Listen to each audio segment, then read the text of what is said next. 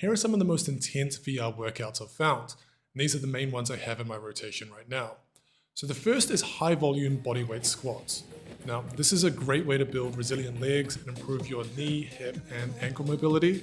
I think the biggest benefit of doing this in VR instead of out of VR is its effect on your pain and time perception.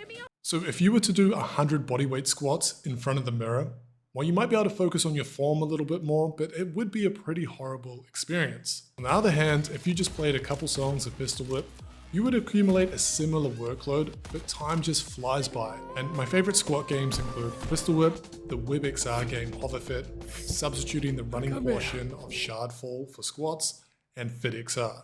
So with the Shardfall example, this easily is a zone 4 and 5 workout. And of course it does have a bit of shadowboxing in there as well, which segues nicely into the next section, which is a good VR boxing simulator. This doesn't really need much introduction. It's probably the most popular VR fitness routine. It can be a great cardio workout to work on your conditioning, and if you're intentional with your training, it can even be a great way to work on your technique. The best games to do this with is Thrill of the Fight 1, Ultra Boxing, Fun Fit Land, Les Mills Body Combat, Golden Gloves. There's honestly so many. Thrill of the Fight 2 and other multiplayer game modes are good, but only if you have a sparring partner that you can set up custom lobbies with. I did this with a friend and we did 10 2-minute rounds with a 1-minute rest in between, and it is one of the most fun workouts you can have. I can't believe it's only $10 or actually only $9. I've got a 10% discount for all of these games in the description below. And while you technically can do this in ranked, queue times and those little spammers are just going to take away from the workout. Now, this next section is probably my favorite and honestly what has me most excited for the future of VR fitness, and that's large place-based mixed reality games. And the whole idea here is you're going to be running or maybe even sprinting while changing direction, which is good for your ankle and hip stabilizers, but also your bone density as we age, and obviously a great cardio workout too. Now, for these games to work properly, you're probably going to want a play space of at least 5 by 5 meters, maybe even 10 by 10, which I realize is impossible to get in most homes. Now, I personally normally go down to the park, but I've also made friends with a few gym owners and book sessions in there as well. Sprint AR is a pretty cool concept that works here. This game sets you up with virtual cones and you can do various sprinting drills like the beep test, L drill, and 5 by 5. You can even race your ghost. Okay, I can do way better than that.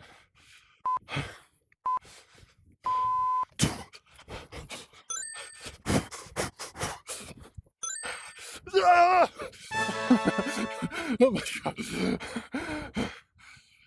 Once again, all of the shadowboxing games, especially the ones with real movement like Thrill of the Fight, work really well here. I absolutely love Dragon Fist VR Kung Fu, but my all-time favorite in this category is actually a sword fighting game called Guardian of Realms. And with almost a 10 by 10 meter play space, I set up a wave defense mode. This had me sprinting from one corner of the park to the other and obviously flailing around like a madman, but once again, ridiculous workout, often getting into zone 4 and 5. Then we have resistance training in VR. Now, there's only really one game I can recommend here, and that's XR Workout, which is a monthly subscription.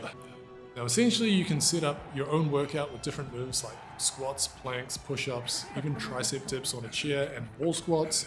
And it sort of moves around in a rotation like you're in a circuit training or HIIT class. This is probably the one I use most sparingly out of everything we've covered so far. While I do think it's a very cool concept, I prefer the majority of my resistance training to be done in a gym, and I do that about 3 times a week. That being said, for whatever reason, if I can't make it to the gym or I don't have the motivation to do my own home workout, then this is a nice one to have in my arsenal. Then we have the use of real world equipment in VR. I think the best example of this is Halo Point or VZ-Fit. So essentially you're going to connect your headset via Bluetooth either to a cadence sensor, bike, rower, or whatever piece of equipment you're using. And the idea is that in VZ-Fit, it's switched up to Google Maps, and by biking with your cadence sensor, it's going to propel you further in the game. So I did a 180k ride through the Yosemite Valley, and I honestly thought it was pretty cool. Now, I'm not the biggest cyclist, but I think if you are and you live in a city that's not very cycling friendly, then this is a great tool to have in your house, although you probably wouldn't want to use it all the time, but it can be a very fun way to relive some of your favorite rides. And they do have a competitive multiplayer scene as well, so you can race people, which I guess is the closest thing we have to Swift racing, but in VR.